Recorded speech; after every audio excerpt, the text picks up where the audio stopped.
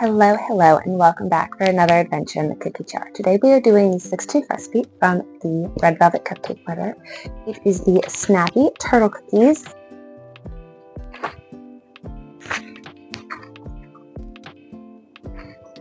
As well as the easy chocolate frosting.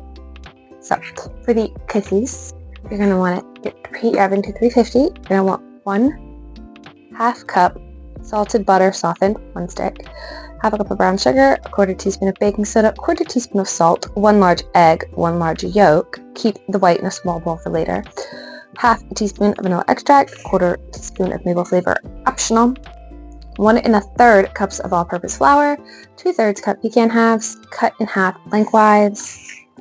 For the frosting, it says you're going to need 1/2 cup of semi-sweet chips, 1/4 cup of whipping cream, 1/2 cup of butter, 1 stick, and 1 1/2 cups of powdered sugar.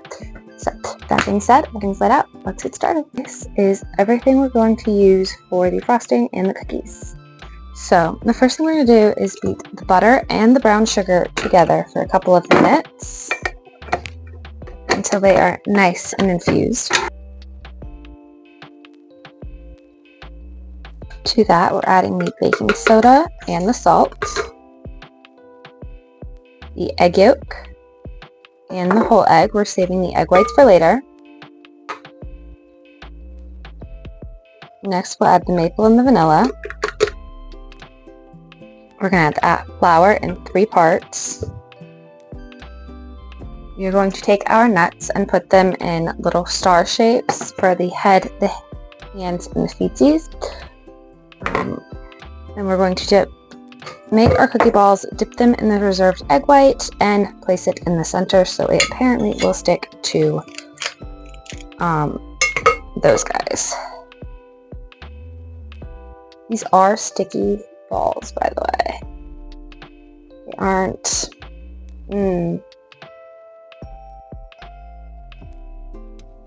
said 2.5 for the trays, or a dozen or whatever. I'm thinking 1.5 dozen. So we ended up with 2 dozen turtles, and they'll bake for 10 minutes. Okay, so now that our cookies are cooled off, we are ready to do the frosting.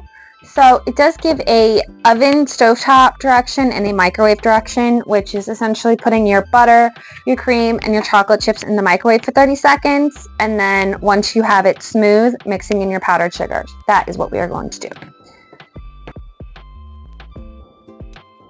So once we have all of our stuff in our measuring cup, just pop it in the microwave for 30 seconds. So once we have that melted, we are going to put in the frosting, or the powdered sugar, and just mix it until it's smooth. I'm not going to sift this, but I do kind of want to crunch it. It looks like it has some lumps. I probably should sift this, but I'm just going to kind of chop it. Alright.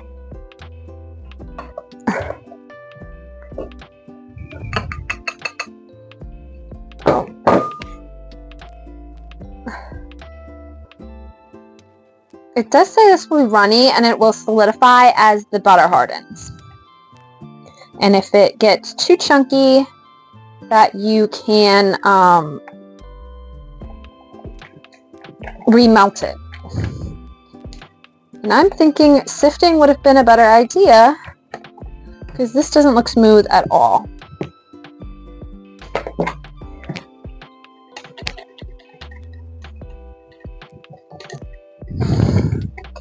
Well, my turtle shell is just going to be speckled.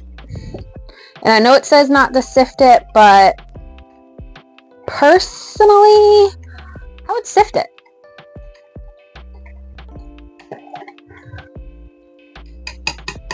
But that's probably as best as I'm going to be able to get it right now. This does look like a lot more chocolate than what I would need to do these 24 cookies.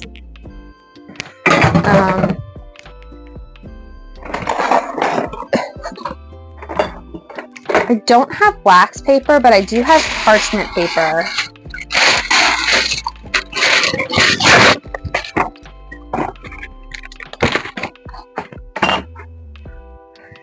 just gonna lay that down and try to work on that.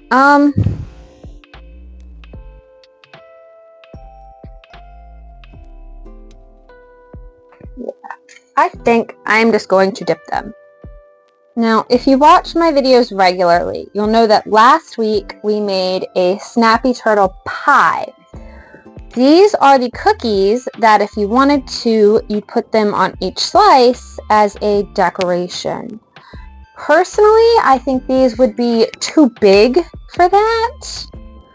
I'm sure you could cut your turtles down and make like baby turtles. Maybe.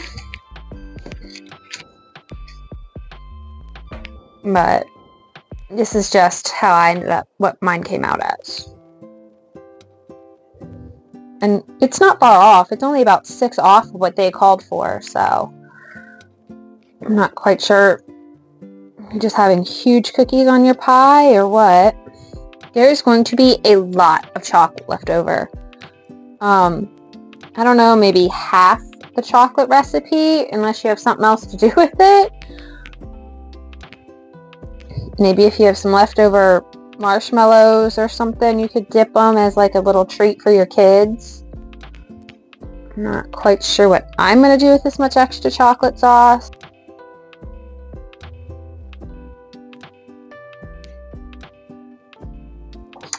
Okay, so these are our turtles. They are very swimmish.